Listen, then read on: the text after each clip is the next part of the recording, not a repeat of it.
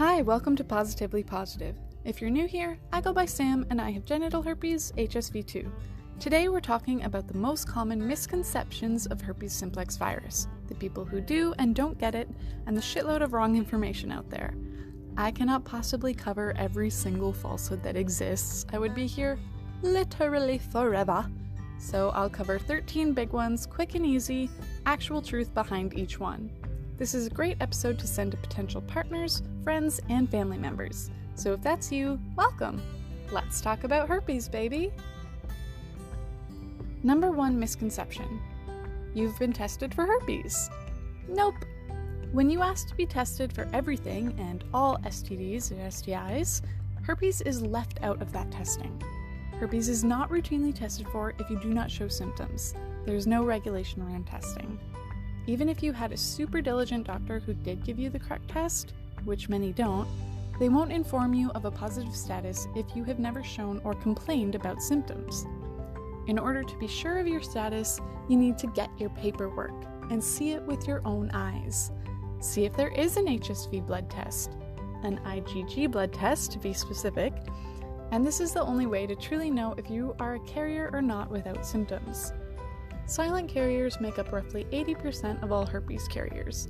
Silent carriers can and do pass the virus on to others, and those people may or may not experience symptoms of their own. Listen to my episodes on testing and transmission for more in-depth information on all of that. Misconception number 2. Cold sores are not herpes. Well, this is wrong. Cold sores are caused by a virus that lives in the trigeminal nerve, which is a spot near the top of the spine behind the cheekbone. Tricky little spot, fabulous hiding place for a virus. And when the virus comes out, it presents as sores, cold sores, most commonly on and around the lip area. Which virus, you ask? Why, herpes simplex virus, of course. Nothing else causes cold sores. Call them whatever you want. The fact is, bud, you have herpes on your face, and it's fine. Which brings us along to misconception number 3. Cold sores are different than, better than, and not as bad as genital herpes. This is false. Genital herpes is caused by that same virus. Different location? Yes. Genital herpes lives and hides in the nerves at the base of our spine, not the top like oral herpes. Misconception number 4, before you jump all over me about type, is that you cannot pass oral herpes to someone's genitals. You absolutely can pass oral herpes to someone's genitals, just like you absolutely can pass genital herpes to someone's mouth. This is through our lovely activity called oral sex.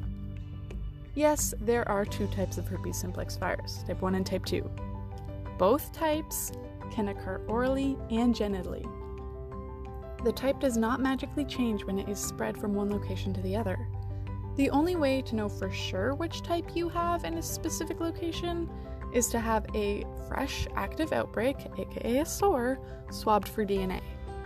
This is how I was diagnosed with HSV2 on my genitals. Lovely. It is said that HSV2 is more common genitally and HSV1 is more common orally. It's also said that HSV1 genital cases are rising each year. Many of the people I know with genital herpes have HSV1. HSV1 is said to be more common orally, which most people got as children when a family member with the virus kissed them. That's right, herpes is not just sexually transmitted. Another misconception. We'll count that as number 5. The fact is, no one goes to get their cold sore swabbed for DNA to find out which type it is. Your doctor would probably look at you and be like, bruh, it's herpes. Y'all need a swab. Go home and take it easy. There are very limited studies on oral HSV2, which is why there was so little information on it. The data literally does not exist. The point is, you have herpes. The type doesn't really matter, the symptoms are all the same, they just show up in different places wherever you contracted the virus on your body. Moving away from the technical misconceptions and onto the societal ones, number 6. Only people with many sexual partners get herpes. Only the promiscuous, careless, dirty, and those who cheat contract it. Incorrect! I did not get herpes from a one-night stand. I personally know and have spoken to people who got herpes the first time they had sex. People who did not have penetrative sex at all. People who did get it from a casual partner. People who got it from their husband or wife or long-term partner who had not cheated on them. People who have been cheated on. As well as some people who got it from a person they just met. The point is, who you are, what you look like, where you come from, and what your sexual practices look like are a joke to herpes simplex virus. It does not discriminate. It does not wait for you to hit a certain number of partners. It is quite possibly the most inclusive thing on planet Earth. We could all learn a lesson from HSV on non-discrimination. And the dirty comment? It's just factually incorrect. You're not clean because you don't have STIs, and you're not dirty if you do. People who don't bathe are dirty. Let's all remove the idea of being clean from our sexual health conversations right now. Which ties into misconception number 7. Condoms and other barrier methods prevent the spread of herpes. This is false. They definitely greatly reduce the chances, but they do not prevent transmission 100% because herpes is spread through skin-to-skin contact, and unless you're wearing a full-body latex onesie or a hazmat suit, every inch of the infected area is not covered. Now, that either sounds like some really kinky or really boring sex, depending on what you're into.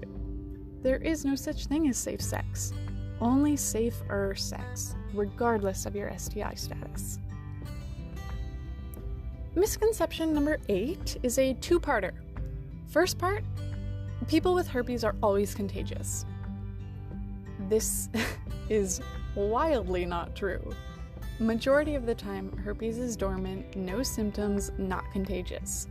It is transmittable some of the time, and this varies by individual. Herpes can be transmitted directly before, during, and after an outbreak, at which time I recommend that no skin contact is made with the infected area. Unless, of course, you would like to get herpes. It may be contagious during prodrome, which is when you feel slight sensations but don't actually have an outbreak or any visible symptoms. Part 2 is the misconception that you are only contagious during an outbreak. This is not true. The other times herpes is transmittable, and why it's so prevalent, is called asymptomatic viral shedding.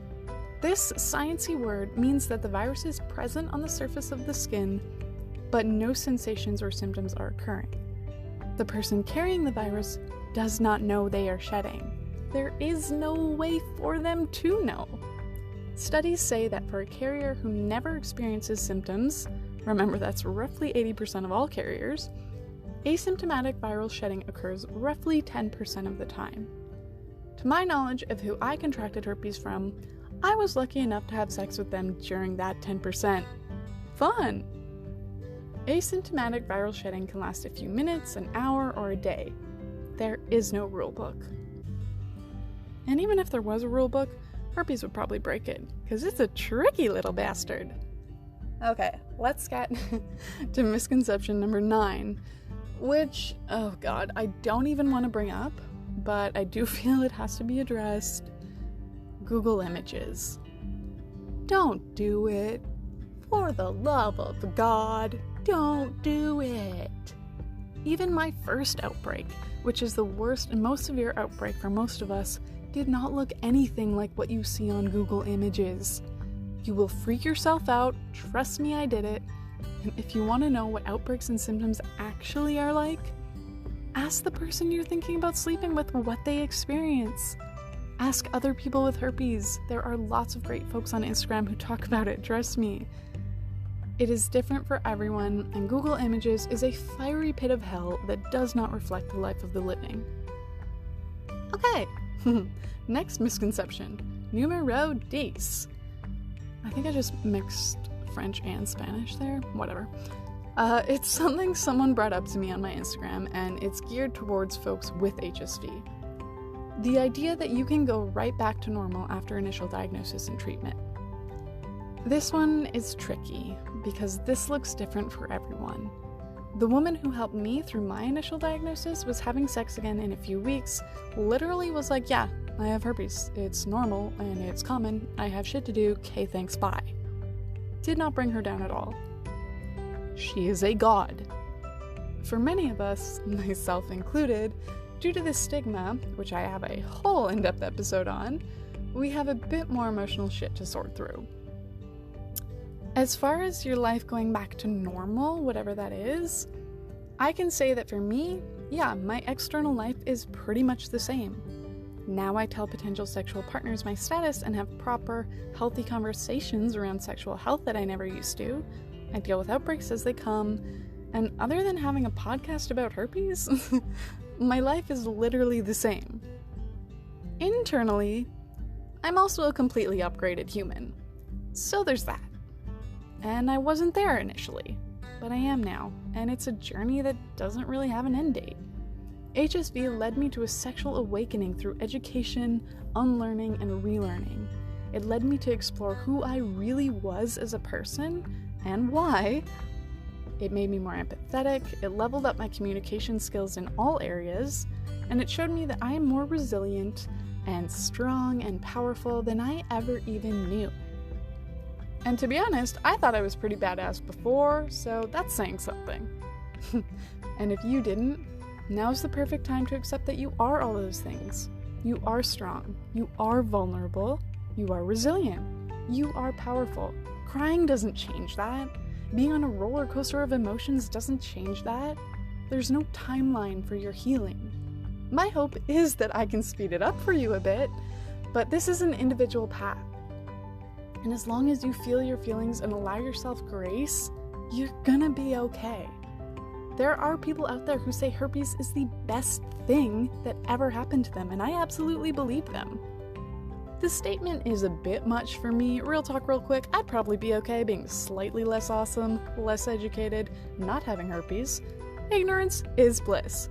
But the fact is, I do have herpes. It's fine, and I am better for it. Ugh. Being a good, educated, compassionate person is such a burden. Number 11. You cannot have children if you have genital herpes. This is false. Many people can and do have healthy vaginal births with perfectly healthy babies. Make sure you and your doctors or midwives or whatevers know your status. Depending on your experience with outbreaks, it may be advised to go on daily antivirals at some point in your pregnancy to avoid getting an outbreak around your due date. You should be good to go. C-sections are recommended for those that are in the midst of a genital herpes outbreak when labor comes. Because, as you can imagine, a little baby passing through a vagina will come into direct skin contact with that genital outbreak. HSV is extremely dangerous for infants.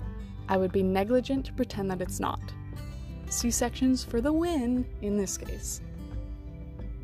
Number 12. Herpes suppresses your immune system. Nope. HSV is not an autoimmune disease. You are not immunocompromised if you get herpes.